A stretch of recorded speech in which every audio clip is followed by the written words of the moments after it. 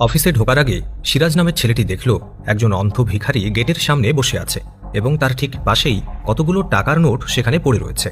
সিরাজ কিছু চিন্তা না করে অন্ধ ভিখারিটিকে দুবার লক্ষ্য করার পর চুপি চুপি টাকাগুলো তুলে নিয়ে অফিসে প্রবেশ করল।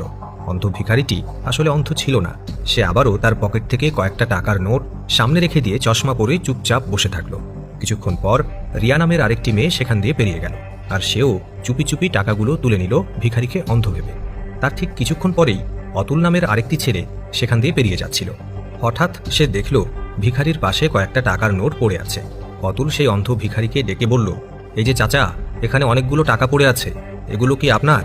অন্ধ ভিখারি অতুলকে বলল, হ্যাঁ বাবা, হতে পারে, হয়তো আমি ভুল করে ওখানে ফেলে রেখেছি। আপনি আমার এত বড় সাহায্য করলেন, তার জন্য অনেক ধন্যবাদ। এরপর তিনজনেই যখন ইন্টারভিউ রুমে বসে আছে তখন রিয়া আর সিরাজ মিলে অতুলকে খিল্লি করতে লাগলো, কারণ অতুল অনেক পুরনো আর কম দামি পোশাক পরেছিল। রিয়া বলল, এই যে লাফাঙ্গা, কোথা থেকে এই পোশাকটা কিনেছিস? আর তোর সিভিটা দেখি, দেখে তো মনে হয় না এই চাকরি তুই পাবি। তোর তো কোয়ালিফিকেশনও বেশি দূর নয়, মাত্র 10 পাস করা ছেলে, তুই কি করে এই চাকরি পাবি? আমরা তো মাস্টার্স করে এখানে চাকরি নিতে এসেছি। অতুল বলল, কিন্তু ম্যাডাম, আপনি আমার সাথে এভাবে কথা বলছেন কেন? আমি তো কোম্পানির রিকোয়ারমেন্ট অনুযায়ী এখানে এসেছি, এখানে তো 10 পাস করা হলেই চাকরি দেবে বলেছে। আর তাছাড়া হতে পারে আমার পোশাক আর জুতো পুরনো, কিন্তু অফিসে কাজটাই তো আসল হওয়া উচিত।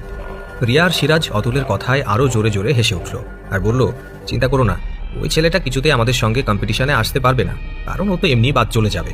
কিছুক্ষণ পর অফিসের স্টাফ এসে ওদের তিনজনকে বলল, আপনাদের সবাইকে ম্যানেজার সাহেব ভেতরে ডেকেছেন। রিয়া, সিরাজ আর অতুল ম্যানেজারের রুমে ঢুকলো। অফিসার জিজ্ঞেস করলো, এই যে মিস রিয়া, আপনি এই অফিসে চাকরি করতে এসেছেন, কিন্তু আপনার কেন মনে হয় চাকরিটা আপনাকে দেব? রিয়া বলল, এই অফিসটা সবথেকে জনপ্রিয় আর অনেক বড়, তাই আমার মনে হয় এই অফিসে আমার মতন একজন কর্মচারী থাকা প্রয়োজন, তাই আমি এখানে চাকরি করতে এসেছি। এবার স্যার সিরাজকে জিজ্ঞেস করলো সেই একই প্রশ্ন। সিরাজ সেই প্রশ্নের উত্তরে বলল, এই কোম্পানিটা এত বড়, সেজন্যই তার এখানে চাকরি করার আগ্রহ। তখন স্যার একটু মুচকি হেসে বলল, কিন্তু তোমরা তো দুজনেই ফার্স্ট রাউন্ডে ফেল করে গেছো, তাই তোমাদের দুজনকেই এই চাকরি দেওয়া পসিবল না। রিয়া আর সিরাজ অবাক হয়ে বলল, কিন্তু এটাই তো ফার্স্ট রাউন্ড হওয়া উচিত। তখন স্যার মুচকি হেসে বলল, না, আসলে এটাই ফাইনাল রাউন্ড।